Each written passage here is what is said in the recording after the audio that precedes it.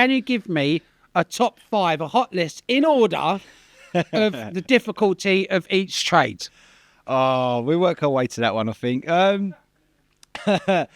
mate, do you know what, man? I mean, it's so easy for us to be like new to this platform, and we talk about like issues with other trades we face, and we moan about the plastering, moan about the chipping and all that. But it's like I think it's across the board. There's good and bad in all trades. I am trying to be really diplomatic here. I'm trying to warm up all our audience. But I do feel like we are the most underappreciated trade amongst the lot, and there is that kind of perception. You can paint. It's it's so. I mean, you see comments of like social media and stuff like that, and it is frustrating because you think to yourself, it is a hard job. It's physically hard as well. It can be like, I mean, you like rolling massive ceilings and stuff like that, and it's a long trade as well, mate. It is full days, proper days. It's a finishing trade, so it's not as simple as just going, "Oh right, well we're done," and then that's a problem for the next person. If you're kind of following a trade that does have that mindset, fortunately, like I say, there are some good ones out there. Do think about the next trade along from them, but there is lots of occasions where you find yourself going, the state of that ceiling, the state of that woodwork, I've got to sort out all these nails, I've got to sort out all these gaps, and that's the problem. So we're not just going in and doing our job, but then we've got to pick up the pieces from the tradesperson before us and stuff like that. So I think we're number one.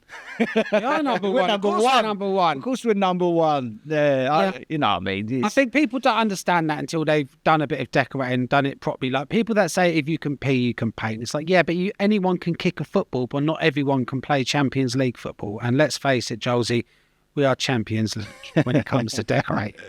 Yeah, I think top 5 of the trade. Obviously, we're number 1. Who's coming in number 2 for hard graft? The hard graft. Yeah, well, like, I've got to give it to the plasterers. I was going to say plasterers. Yeah. That's mate. I tell you what. I mean, I've got dodgy shoulder. Yeah, like frozen shoulder. So that motion above, trying to skim a ceiling, I get shooting pain in my shoulder, and that's the reason why I'm so bad at plastering. Or that's what I told myself anyway. But fair dues, man. That is graft. It is graft. And what about number 3?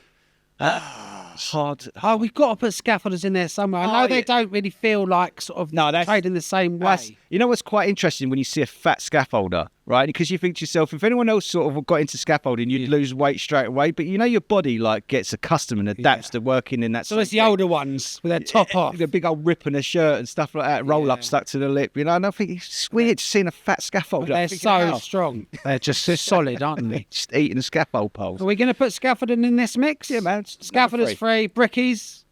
I'm just thinking about graft, like wear and tear. It's a long day. You're in the thing, like. Yeah, go on in. So brickies 4, and what do you reckon 5? Number 5. Who we got left over? Well, carpentry is quite a lot of messing about. Plumbers. Yeah. Sparkies aren't playing. Get out. You're not involved in this.